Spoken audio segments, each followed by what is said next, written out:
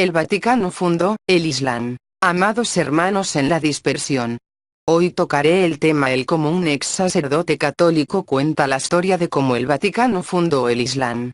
El ex sacerdote jesuita Alberto Rivera por el cardenal Bea cuando éste aún hacía parte del Vaticano. El Vaticano fundó el Islam para su beneficio, conquistar el mundo entero. En la actualidad los musulmanes son manejados por el Vaticano, el cual llevaría a cabo el llamado Crislam, una sola religión. El Vaticano fundó del Islam y del fundador del islamismo, el profeta Mahoma. Esta información proviene del señor Alberto Rivera, ex sacerdote jesuita, después de su conversión al cristianismo protestante. Es un extracto de El Profeta, editado por Chic Publications Pobox 662, Chino K 91708. Desde su publicación y después de varios intentos fallidos contra su vida, se dice que murió repentinamente por causa de intoxicación alimentaria.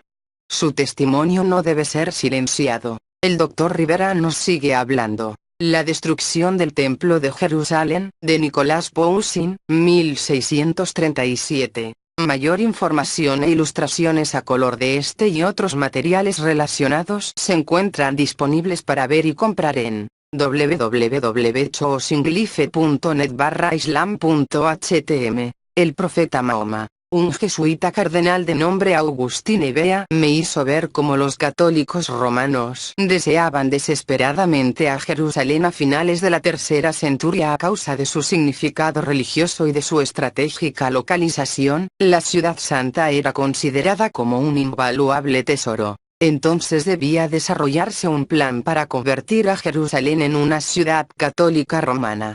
La gran fuente de recursos humanos para llevar a cabo este trabajo serían los descendientes de Ismael. Los pobres árabes cayeron víctimas de los planes más astutos jamás diseñados por los poderes de la oscuridad. Alberto Rivera. Los primeros creyentes iban por todas partes predicando el evangelio y fundaban pequeñas comunidades, pero siempre encontraban mucha oposición. Tanto judíos como gobierno romano perseguían a los verdaderos creyentes cristianos y combatían para detener su expansión, hasta que los judíos se rebelaron contra Roma y en el año 70 después de Cristo, los ejércitos romanos bajo el mando del general Tito atacaron Jerusalén y destruyeron el gran templo judío, corazón del culto hebreo, esto bajo el cumplimiento de la profecía del Mesías en Mateo 24, 2. 3. Y estando él sentado en el monte de los olivos, los discípulos se le acercaron aparte, diciendo: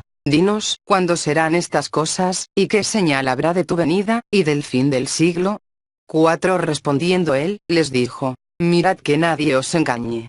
5. Porque vendrán muchos en mi nombre, diciendo: Yo soy el Mesías, y a muchos engañarán. 6. Y oiréis de guerras y rumores de guerras. Mirad que no os turbéis, porque es necesario que todo esto acontezca, pero aún no es el fin. 7. Porque se levantará nación contra nación, y reino contra reino, y habrá pestes, y hambres, y terremotos en diferentes lugares. 8. Y todo esto será principio de dolores. 9. Entonces os entregarán a tribulación, y os matarán, y seréis aborrecidos de todas las gentes por causa de mi nombre. 10. Muchos tropezarán entonces, y se entregarán unos a otros, y unos a otros se aborrecerán. 11. Y muchos falsos profetas se levantarán, y engañarán a muchos. 12. Y por haberse multiplicado la maldad, el amor de muchos se enfriará. 13. Mas el que persevere hasta el fin, este será salvo. 14. Y será predicado este evangelio del reino en todo el mundo, para testimonio a todas las naciones, y entonces vendrá el fin. 15. Por tanto, cuando veáis en el lugar santo la abominación desoladora de que habló el profeta Daniel, el que lee, entienda.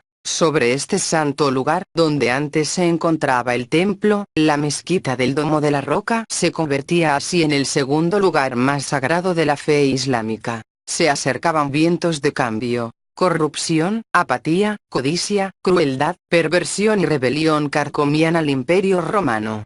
Todo estaba a punto de colapsar.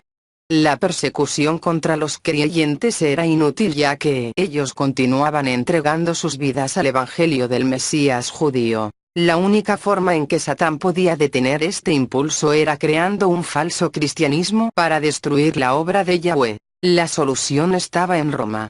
Su religión tenía que proceder de la antigua Babilonia, y todo lo que se necesitaba era un lavado de imagen. Esto no sucedió de la noche a la mañana, pero empezó por los escritos de los primeros padres de la Iglesia.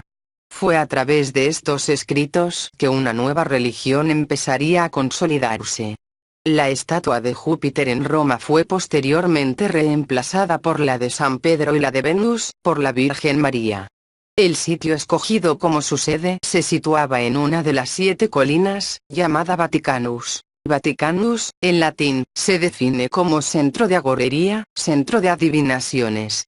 El señor Alberto Rivera la define además como la oficina de Satanás en la tierra. La gran falsa religión, el catolicismo romano, también conocida como la religión de los misterios, la Gran Babilonia, madre de todas las rameras y abominaciones de la tierra. Revelaciones 17, 5 y en su frente un nombre escrito, un misterio. Babilonia la Grande, la madre de las rameras y de las abominaciones de la tierra. Fue fundada para bloquear el Evangelio, masacrar a los verdaderos creyentes, establecer religiones, crear guerras y hacer que las naciones se embriagaran con el vino de su fornicación, tal como veremos a continuación. Las 3 principales religiones tienen un denominador común, cada una tiene su lugar santo al cual dirigir su mirada en busca de guía e iluminación. Los católicos romanos tienen al Vaticano disque que como la ciudad santa. Los judíos, al Muro de las Lamentaciones en Jerusalén, y los musulmanes tienen a la Meca, como su ciudad santa. Cada grupo cree recibir cierto tipo de bendición por el resto de sus vidas al visitar su santo lugar respectivo. En los primeros días del Islam, los visitantes llevaban regalos a la casa de Dios y los custodios de la Kaaba eran amables y hospitalarios con ellos. Algunos llevaban sus ídolos y para no ofender a estos guardas, procedían a depositar los ídolos al interior del santuario. Se dice que los judíos observaban a la Kaaba como un tabernáculo remoto de Dios, y lo miraban con veneración hasta que empezó a ser profanado con ídolos. La Kaaba, Meca. Parte del tesoro de la Kaaba y las ofrendas de los peregrinos fueron posteriormente arrojadas a un pozo. El Zamzam, luego lo llenaron de arena y el pozo desapareció. Pero permitieron que el dios moabita Ubal-Bealá, Baal, entre el culto satánico a Saturno y la física cuántica, siguiera permaneciendo en la Kaaba. Con el paso de los años, cierto hombre, Abd al-Muttalib, recibió una visión sobre dónde encontrar el pozo y su tesoro. Se convirtió entonces en el héroe de la Meca y le fue destinado convertirse en el abuelo de Mahoma. Antes de eso, Agustín se había convertido en el obispo de África del Norte y resultaba muy efectivo en ganar árabes para el catolicismo romano, incluyendo miembros de todas las tribus. Fue entre estos árabes conversos al catolicismo que empezó a desarrollarse el concepto de un profeta árabe. El padre de Mahoma murió a causa de su enfermedad.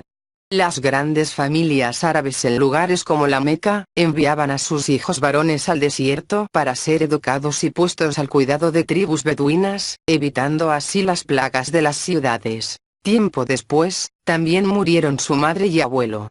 Habiendo quedado Mahoma a cargo de su tío, un monje católico romano descubre su marca y le advierte al tío de Mahoma: lleva al hijo de tu hermano a su país y protégelo contra los judíos, porque, si lo ven y llegan a saber lo que yo sé, planearán mal en su contra. Grandes cosas le esperan al hijo de tu hermano. El monje católico romano había encendido la llama de las futuras persecuciones judías a mano de los seguidores de Mahoma. El Vaticano deseaba y continúa haciéndolo. El Vaticano presiona por control del Monte Sión, a Jerusalén a toda costa debido a su importancia religiosa. Pero esta se hallaba bloqueada por los judíos. Otro problema eran los verdaderos creyentes de África del Norte, predicadores del Evangelio. El catolicismo romano estaba creciendo en poder y no toleraría ningún tipo de oposición. De algún modo, el Vaticano tenía que crear un arma para eliminar tanto a los judíos como a los verdaderos creyentes que rechazaran aceptar el catolicismo romano. Pusieron su mirada sobre África del Norte y vieron multitudes de árabes como una fuente de mano de obra para hacer su trabajo sucio. Algunos árabes se habían convertido al catolicismo romano. Estos serían usados para mantener informados a sus líderes en Roma. Otros, para crear una red de espionaje secreto con el fin de poner en marcha el plan maestro de Roma para el control de las grandes multitudes de árabes que rechazaran el catolicismo. Cuando San Agustín apareció en escena, sabía lo que se estaba gestando. Sus monasterios sirvieron como bases para buscar y destruir los manuscritos bíblicos que pertenecían a los verdaderos creyentes. El Vaticano deseaba crear un Mesías para los árabes, alguien a quien pudieran elevar como un gran líder, un hombre con carisma a quien pudieran entrenar y con el tiempo unir tras de sí a todos los árabes en un poderoso ejército que llegara a conquistar a Jerusalén para el Papa. En el Vaticano, el cardenal Bea nos narró esta historia. Una mujer árabe pudiente, fiel seguidora del Papa, jugó un papel de tremenda importancia en este drama. Era una viuda llamada Khadija. Había dado su riqueza a la Madre Iglesia y se había retirado a un convento. Su misión era encontrar a un joven brillante que el Vaticano pudiera usar para crear una nueva religión y convertir en el Mesías para los hijos de Ismael. Khadija tenía un primo llamado Waraqua, quien, como ella, era un católico muy fiel. Tenía una influencia tremenda sobre Mahoma. Le enviaron maestros al joven Mahoma, quien fue sometido a un entrenamiento intensivo. Mahoma devoró las obras de San Agustín. Estas lo preparaban para su gran llamado. Siguiendo órdenes del Vaticano, los árabes católicos en África del Norte comenzaron a propagar la historia de que un hombre grande pronto se levantaría de entre los pueblos y sería el escogido de su Dios. A Mahoma, mientras tanto, le decían que sus enemigos eran los judíos. También le dijeron que los católicos eran los únicos creyentes verdaderos, y que los otros que se llamaban creyentes eran impostores impíos e hijos del diablo a los que había que destruir. Muchos musulmanes creyeron esto. Cuando Mahoma empezó a recibir sus revelaciones divinas, Waraqua, el primo católico de su esposa, ayudaba a interpretarlas. A partir de estas revelaciones fue que surgió el Corán. En el 5º año de su misión, empezó una fuerte persecución contra sus seguidores porque rechazaban adorar los ídolos de la Kaaba. Mahoma los envió a Abisinia donde Negus, el rey católico romano, aceptó recibirlos y protegerlos a causa de sus enseñanzas compartidas sobre la Virgen María, tan afectas a la doctrina católica romana. Mahoma conquistó posteriormente la Meca y la Kaaba fue depurada de ídolos. La historia prueba que antes de la existencia del Islam, los sabeos de Arabia adoraban al dios Luna, esposo de la diosa Sol. Estos dieron a luz 3 diosas que fueron reverenciadas a todo lo largo del mundo árabe como las hijas de Alá. Un ídolo excavado en Asor en Palestina en la década de los años 50 muestra a Alá sentado sobre un trono con la luna creciente sobre su pecho. Mahoma clama haber recibido una visión de Alá donde le fue dicho: "Tú eres el mensajero de Alá". Aquí comenzaría su carrera como profeta, al tiempo que seguía recibiendo muchos mensajes. Para cuando Mahoma murió, la religión del Islam estaba explotando. Las tribus nómadas árabes empezaban a unir fuerzas en nombre de Alá y de su profeta, Mahoma. Algunos de los escritos de Mahoma fueron puestos en el Corán, otros nunca se publicaron. Quedaron en manos de los hombres de alta jerarquía, ayatollas. Cuando el cardenal Bea nos compartió esta información en el Vaticano, afirmó: "Estos escritos permanecen guardados porque contienen información clave sobre los vínculos del Vaticano con la creación del Islam. De ser expuestos, cada una de las partes posee mucha información de parte contraria, lo que podría generar un escándalo que llevaría al desastre de ambas religiones". En su libro santo, el Corán, el Mesías solo es visto como un profeta. Si el Papa era el representante de Dios en la tierra, él también debía ser un profeta de Dios. Esto causó que los seguidores de Mahoma temieran y respetaran al Papa como otro hombre santo. El Papa se movió rápidamente y emitió unas bulas dando carta abierta a los generales árabes para invadir y conquistar las naciones del norte de África. El Vaticano ayudó a financiar aquellos masivos ejércitos islámicos a cambio de 3 favores: eliminar a los judíos y creyentes no judíos que se convertían a la verdad del Evangelio, a los verdaderos creyentes, que ellos llamaban infieles; proteger a los monjes agustinos y católicos romanos; conquistar a Jerusalén para su santidad en el Vaticano. Con el paso del tiempo, el Islam llegó a ser muy poderoso, los judíos y los verdaderos creyentes no judíos conversos eran asesinados y Jerusalén cayó en sus manos. Curiosamente, ni los católicos ni sus lugares sagrados fueron atacados durante este tiempo. Pero cuando el Papa reclamó el lugar de Jerusalén, se sorprendió ante la negativa de su pedido. Los generales árabes habían logrado tanto éxito militar, que ya nada podría intimidarlos ante el Papa, nada podría oponerse ahora a sus planes propios. Bajo la dirección de Waraqah, Mahoma dejó escrito en el Corán la gran mentira de que Abraham había ofrecido a Ismael como un sacrificio. La Biblia dice claramente que Isaac fue el sacrificio, pero Mahoma tachó el nombre de Isaac e insertó el de Ismael.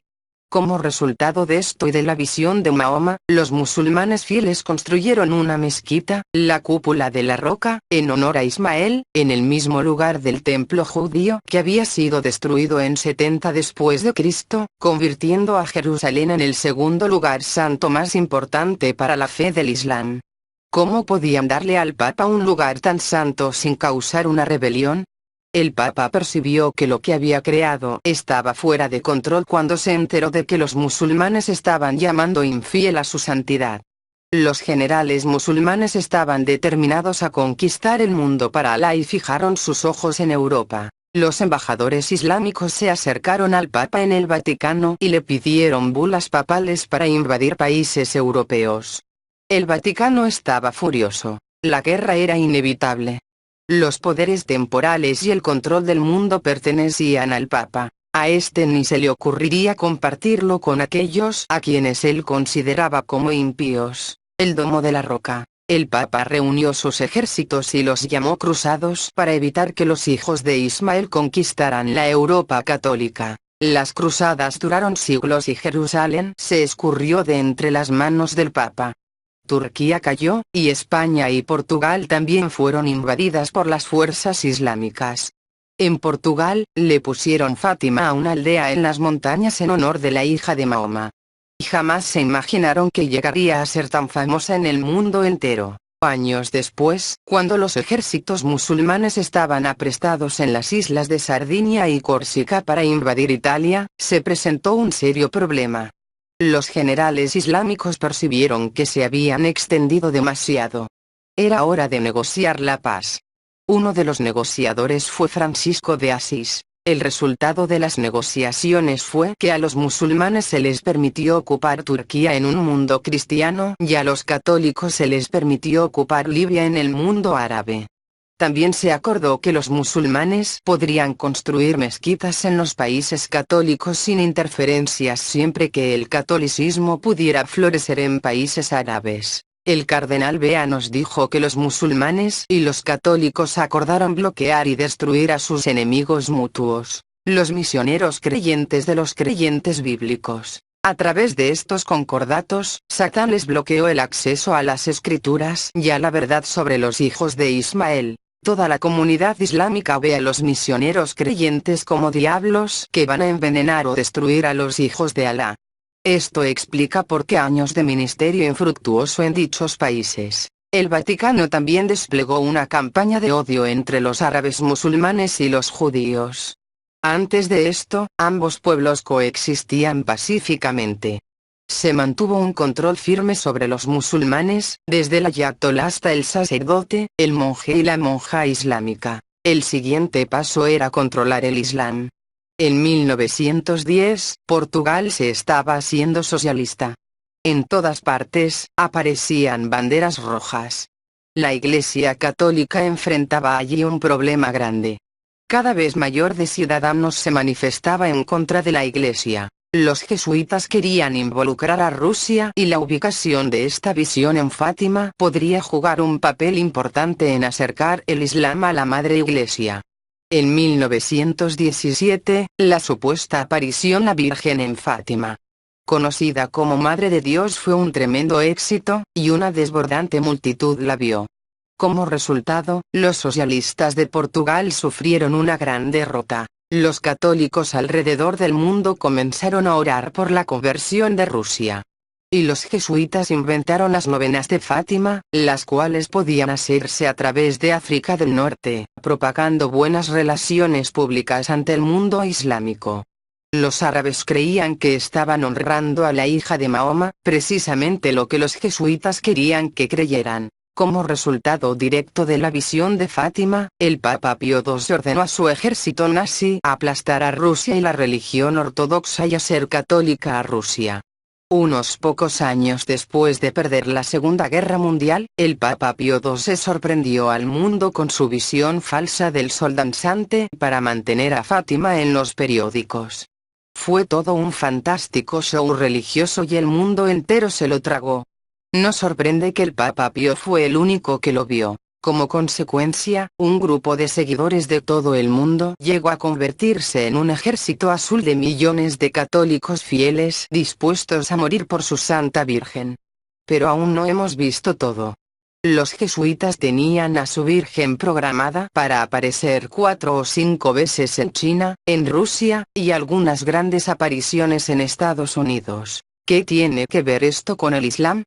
Veamos lo que el difunto obispo Shen tiene para decirnos al respecto. La aparición de Nuestra Señora en Fátima marcó un punto decisivo en la historia de 350 millones de musulmanes en el mundo. Después de la muerte de su hija Fátima, Mahoma escribió de ella que es la mujer más venerada en el paraíso después de María. La Virgen María quiso darse a conocer como Nuestra Señora de Fátima como una señal y promesa de que los musulmanes, que creen en el nacimiento virginal de Cristo, un día creerán en su divinidad. Señaló el obispo Shen que las estatuas de la Virgen de Fátima para peregrinos fueron recibidas con entusiasmo por los musulmanes de África, India y otras partes, y que hay musulmanes que ahora van a la Iglesia Católica Romana. Alberto Rivera, 1988. Fuente: http://www.bibliotecapleiades.net/vatican/es/Vatican33.htm